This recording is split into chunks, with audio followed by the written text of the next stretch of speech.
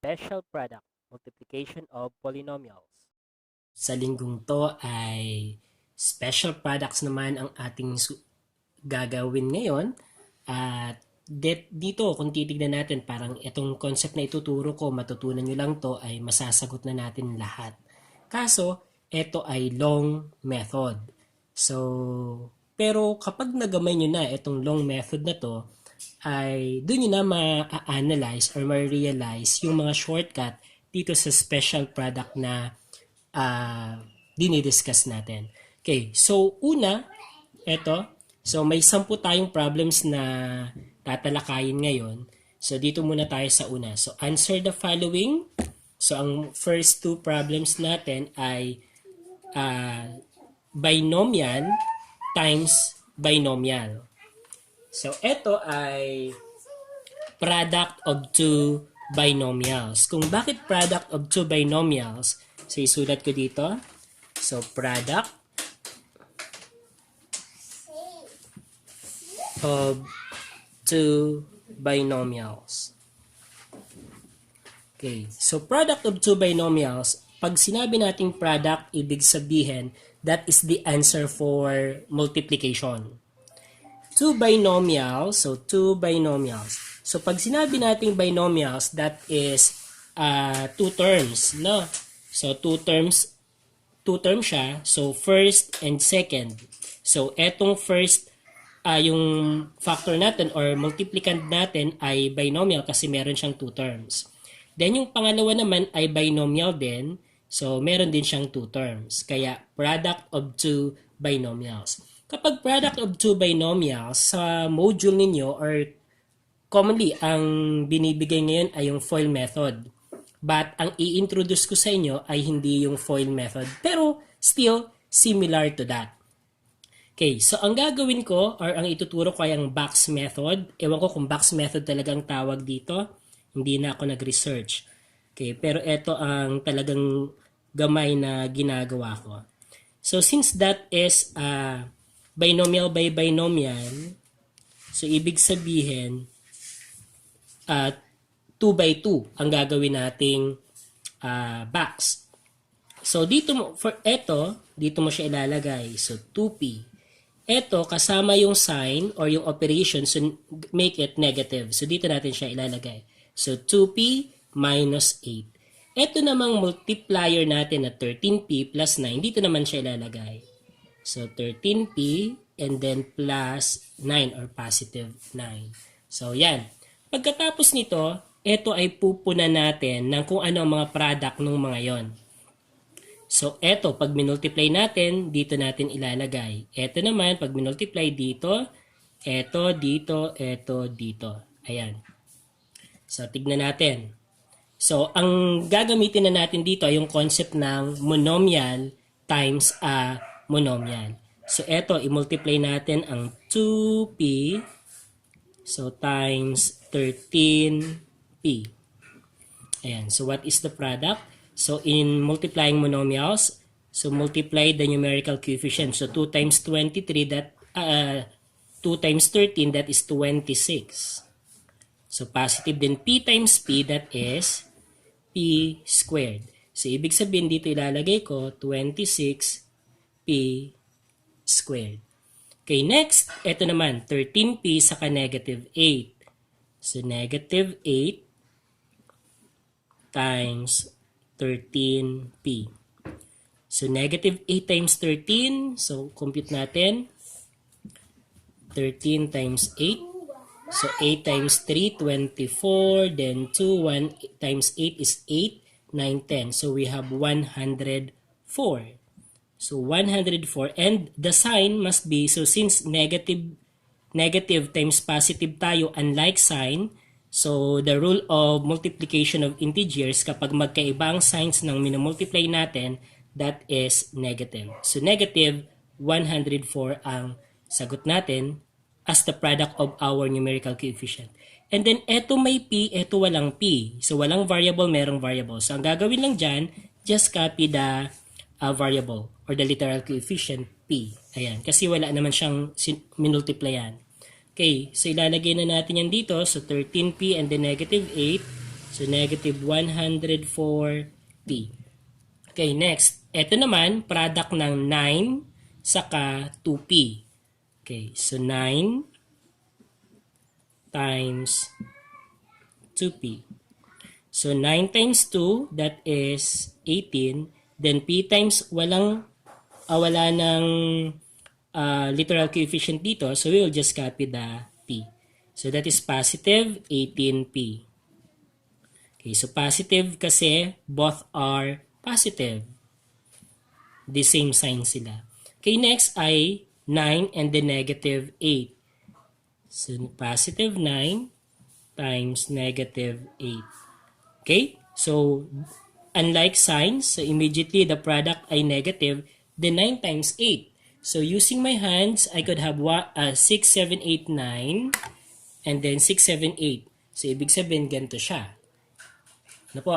So, etong nasa baba, kasama tong magkadikit na 9 and 8, count by 10. So, 10, 20, 30, 40, 50, 60, 70. So, we have 70. Then, 1 times, eto naman, count as 1. 1. And then, eto naman, 1, 2. So, 1 times 2 ay 2.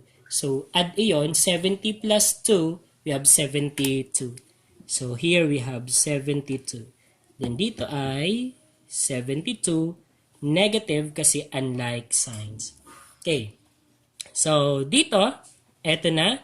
Nakuha na natin yung product ng monomial by monomial natin. And then, ang gagawin mo na dito, titignan mo kung merong may like terms. So, p squared, p, and then wala. So, ibig sabihin, eto, p saka p, like terms sila. So, pwede natin, etong commonly, yung pa-diagonal na yan ay like terms. So, i-combine natin siya. In combining, that is adding, monomials. So, let us add them. So, 104p, then plus 18p. Okay? So, in addition of polynomials, so, titignan natin, dapat like terms sila or similar terms. So, just copy the literal coefficient. Ano po? Hindi p squared. So, copy lang. So, p lang siya. And then, addition of signed numbers, negative 104 plus 18. Magkaiba ang sign, ang ginagawa ay subtract. So, isusubtract natin siya. So, ito magiging 14, ito magiging 9. So, 14 minus 8, we have 6. Then, 9 minus 1, we have 8. And then, anong sign ang ma-honor? Yung may mataas na absolute value, negative 104 ang may mataas na absolute value natin. Negative siya, kaya negative 86p. Ayan. And then, isulat na natin dito ang final answer. So, the final answer will be, so eto wala naman siyang ka-like term. So, we have 26p squared. Okay. And then, yung sum nito ay minus 86p. And then, itong constant term na negative 72. So, this is now our final product for that binomial by binomial.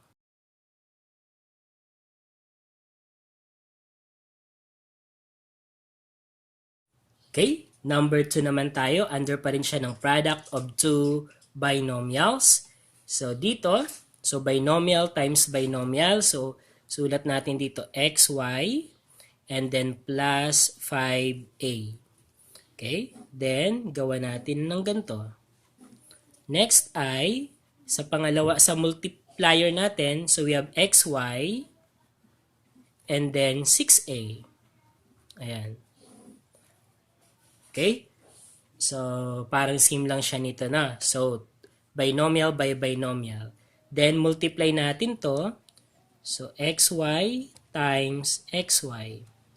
So, x times x squared, y times y squared. So, take note, that is multiplication. Then, we are using product rule, law of exponent. So, dito we have x squared, y squared. Okay, next naman, eto dito. So, we have xy times 5a. Okay, so eto yan. So dito ang product niya. Okay? So we have, ang numerical coefficient nito ay 1 times 5. So we have 5. X, Y, A, iba't ibang variable siya. So ilalagay lang natin dito A, X, Y. Ayan. So dito na natin ilalagay. So 5, A, X, Y. So that is now the product. Okay, next ay, eto naman. So 6A times XY. So we have 6A times XY. So the product is, okay, 6 and then dito ay 1. So we have 6. Then the numerical coefficient A, X, Y. So A, X, Y. So lagay na natin dito, 6A, X, Y. Okay, next, yung last 5A saka 6A. So we have 6A times 5A. Okay. So here, 6 times 5, that is 30. Then A times A, that is A squared. So here we have 30A squared. Okay, then, pansinin nyo to. AXY, AXY. So sila ay like terms or similar terms. Ito, x squared, y squared, walang kapareho. A squared, wala. So, ito lang ang pareho sa kanila. So, i-combine natin siya. I-add natin siya. So, 5AXY plus 6AXY.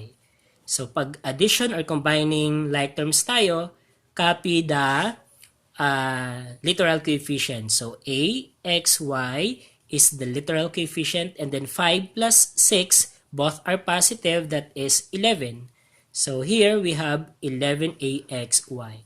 And then, sulat na natin dito ang final answer natin. So, we have x squared, y squared.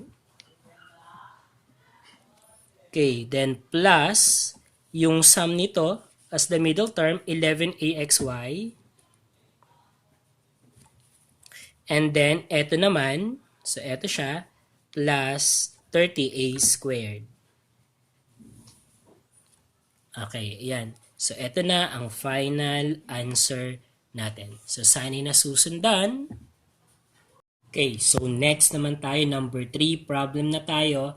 Eto, kung titignan natin, binomial by binomial pa rin, binomial by binomial pa rin. So, under pa rin siya ng product of two binomials. But, in this case, ito ay isa sa special product na dapat nating matutunan at dapat nating ma-familiarize. Ito ay tinatawag din na sum and difference of two terms. Bakit nga ba sum and difference of two terms? Kasi kung titignan mo, so, we have two terms, two terms, two terms, two terms. Ang pagkakaiba lang ng two terms na to ay yung isa, yung una, or kahit alin dyan sa dalawa, ang isa ay sum, addition, ang isa ay subtraction. So, addition, subtraction. So, kapag na-evaluate ninyo or na-notice ninyo na ang problem ay sum and difference of two terms, ay may shortcut tayo dyan. Pero ituturo ko ang shortcut maya-maya. Ano po? So, sum and difference of two terms. So, two terms kasi parehong-pareho ang first term, parehong-pareho ang second term. Ang pagkakaiba lang ay ang operation. Yung isa ay sum, yung isa ay difference. So, yan. So, paano ba natin to imumultiply? So, pareho lang ng kung paano natin ginawa yung product of two binomials muna ang gagawin natin. And then, makikita natin or makukompare natin yung dalawa at mawi-witness natin kung ano yung shortcut dito or ano yung posibleng maging shortcut na gagawin natin. Okay? So, again muna natin dito. So, Q plus 8. Okay. Then, we have Q minus 8. Okay, ayan. So, Q times Q, that is Q squared. Q times 8, that is 8Q. Q times negative 8, that is negative 8Q. Then 8 times negative 8, that is negative 8 times 8, that is 64. Tama ba? Okay, so that is 64. Okay, and then, like terms. So, add natin ang like terms. 8q plus negative 8q. So, copy q as the literal coefficient and then add the numerical coefficient. So, 8 plus negative 8. Unlike sign, subtract. So, 8 minus 8, 0. 0 times q, that is 0. So, the product of the two monomial product here ay 0. Okay, so anong nangyayari? Anong mangyayari dito? So, ang magiging final answer nito ay ito na lang. So, q squared and then ito, negative 64. So, yan na ang ating sagot. Okay, next naman tayo. So, tignan natin ang number 4 kasi medyo parang komplikado since involved ang fractions.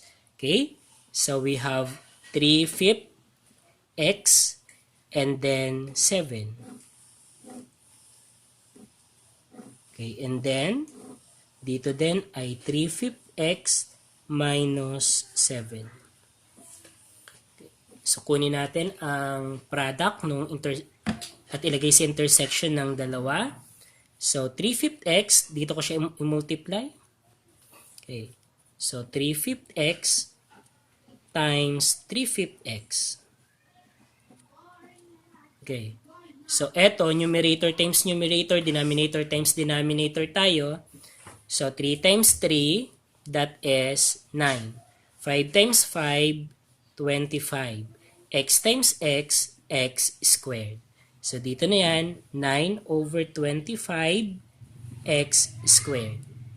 Okay, next, dito naman, product ng 7 at ng 3/5 x. So, 3/5 x times 7. Okay, yung 7, lagyan natin ng denominator na 1.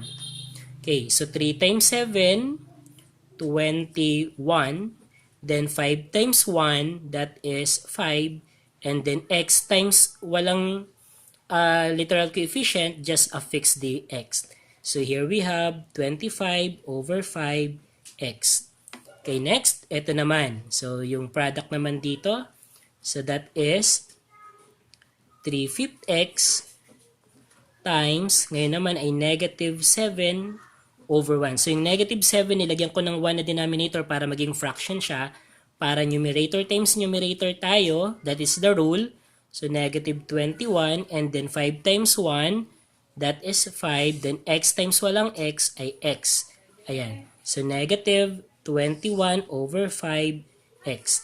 And then, 7 times negative 7, that is negative 49. Ayan.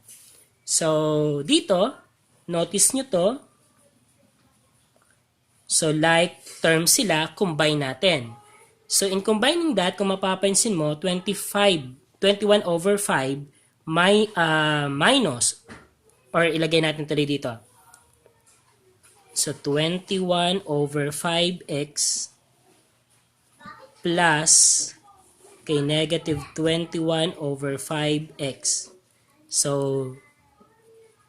copy the literal coefficient and then yung fraction na to i-add natin kaso ang isa ay positive, ang isa ay negative. So kapag positive ang isa at ang isa ay negative, unlike sign sila, subtract. 21 over 5 minus 21 over 5, parehong-pareho lang, that is equal to 0. Diba?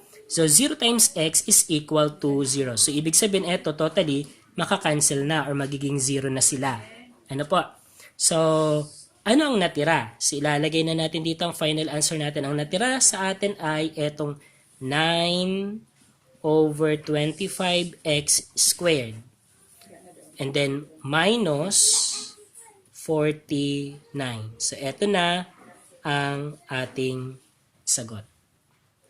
Ayan.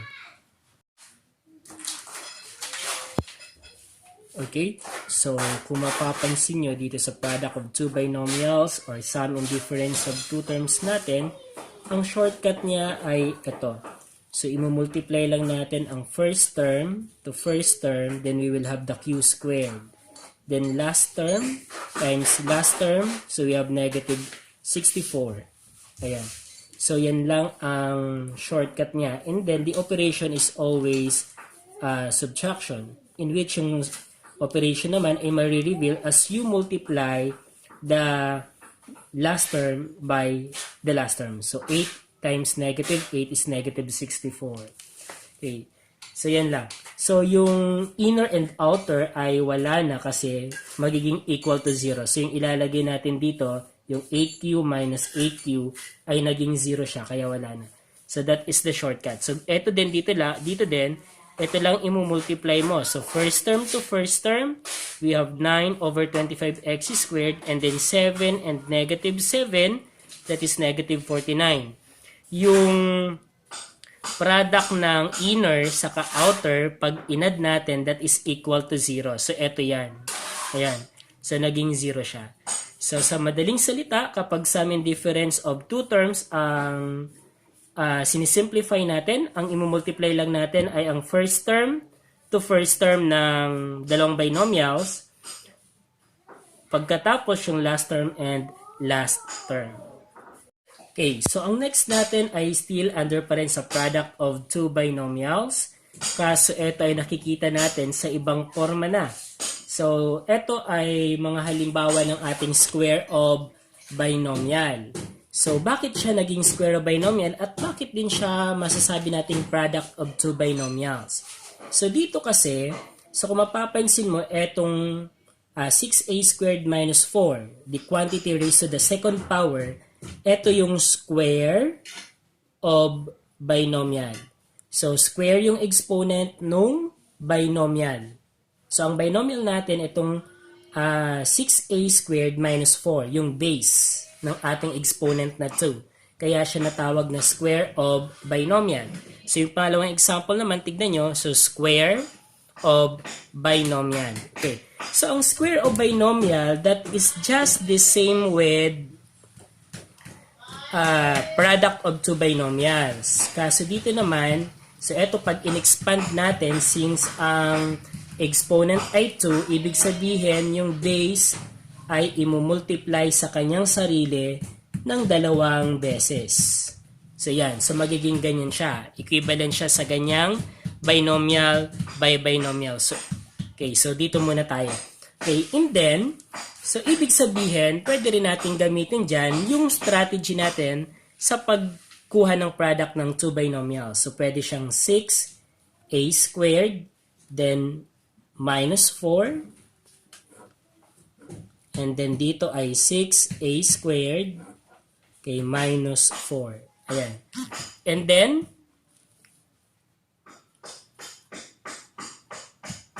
okay, so dito ay imumultiply na natin gaya ng ginawa natin kanina. So, 6 times 6, 36. A squared times A squared, we have A to the 4th. Diba? So, lagay ko dito, 6A squared times 6A squared. 6 times 6, 36. Then, A squared times A squared is A to the 4th. Okay, so bakit naging 4? Kasi in laws of exponent, product property rule, ina-add natin ang kanyang exponent, then copy the base. Ayan. Kaya 36a to the 4 tayo dito. The next ay 6a squared, the negative 4. 6a squared times negative 4. So, 6 times negative 4. So, unlike sign, negative. Then, 6 times 4. So, 6, 6, 12, 24. Then, a squared. So, lagay natin dito, negative 24a squared.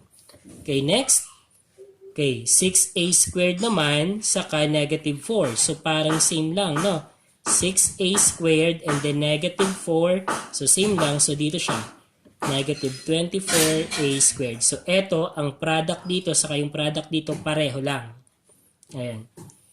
Then, negative 4 times negative 4, that is positive. So, positive kasi pareho ang sign na negative. So, positive yan. Then, 4 times 4, 16. And then, isusulat na natin siya dito. So, we have, okay, may like sign ba? Okay, may like sign pala. So, ito ay like terms or like, Okay, similar terms. So, pwede natin i-combine. So, negative 24. Okay, negative 24a squared and then negative 24a squared. So, copy the literal coefficient and then add or combine the numerical coefficient. So, negative 24 plus negative 24 is still negative 48. So, negative siya kasi both are negative, then adding tayo. So, negative 48a. So, the final answer will be 36a to the fourth and then minus 48a squared and then plus 16. Okay, so yan yung magiging final answer natin. Okay. So, ito yung 36a to the fourth. Yung sum nito ay negative 48a squared. And then, ito naman yung ating last term or yung constant term natin. Okay, so number 2 example tayo dito sa square of binomial. So, square of binomial kasi ang base ay 2 terms. Okay? So, ito ay equivalent kay a raised to 2x plus b raised to x, then times a raised to 2x plus b raised to x. Ayan, so equivalent siya dyan. At since dito, hawig na siya kay product of two binomials, pwede na natin gamitin yung ginagamit nating box method. So we have a raised to 2x and then bx. So ito ay plus. Okay, next we have a raised to 2x and then we have plus b raised to x. And then get the product. So first term muna tayo. Ito muna tayo. So a raised to 2x times a raised to 2x. Ayan. So same basis sila. So copy the base and then add the exponent. So ibig sabihin 2x plus 2x.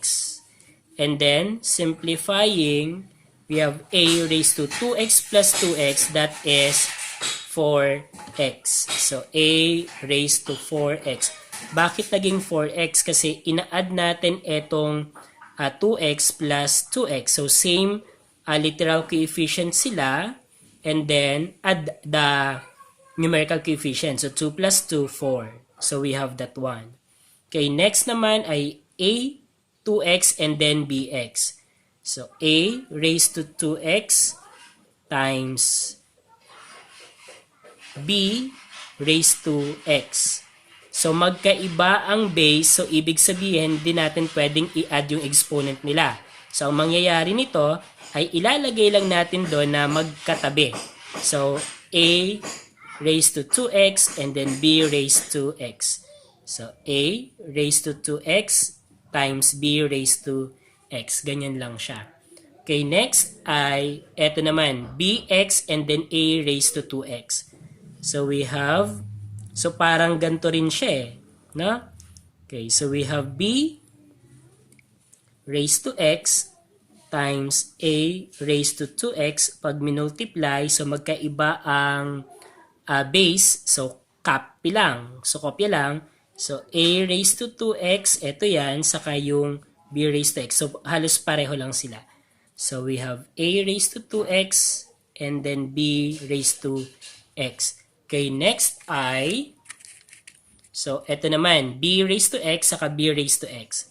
So b raised to x times b raised to x. So same basis, so copy the base and then add the exponent. So x plus x. So x plus x, that is, so may 1 yan na numerical coefficient. So like terms naman siya, kaya 1 plus 1, 2. Then copy the x. So we have b raised to 2x. Okay? And then, isulat na natin dito ang pinakasagot. Okay, by the way, eto ay kung titignan natin, similar, similar term siya. So, ito ay may 1 na numerical coefficient yan. Ito ay may 1 numerical coefficient din.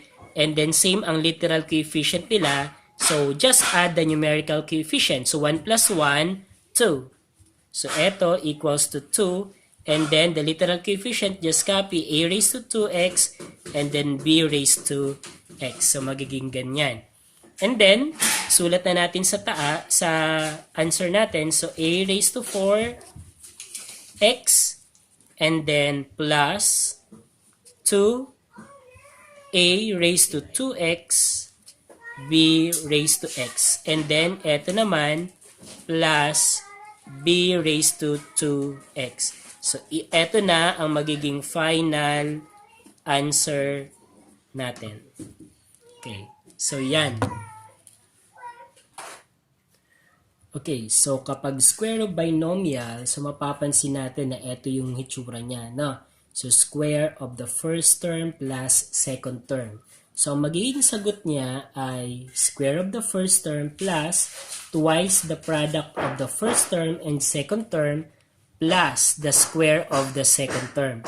So, try natin itong ginawa natin kanina na number 5 na kung saan ay ginamitan natin nung long method. So, sa pamamagitan ng short cut or etong short way, so pwede natin gamitin to kung magagamay natin. Okay, so try natin. So, ang first term ay 6a squared and then minus, okay, so we'll make it plus negative 4. Ayan. Okay, so square of the first term and then plus twice the product of the first term and the last term. Ayan. Then plus the square of the last term. Okay. Then simplify. So 6a squared raised to 2. So magiging siyang 6a squared times 6a squared. That is 36a to the 4th. Ayan. So pareho lang siya dito. Okay, next, ito naman, negative 4 times 6 ay negative 24 times 2, we have negative 48. So, negative 48a squared. Ayan. Then, ito naman, so plus negative 4 squared, ibig sabihin negative 4 times negative 4, and then that is positive 16. So, eto na ang sagot. So, mapapansin mo na the same lang siya dito. So, eto ang shortcut ng square of binomial natin.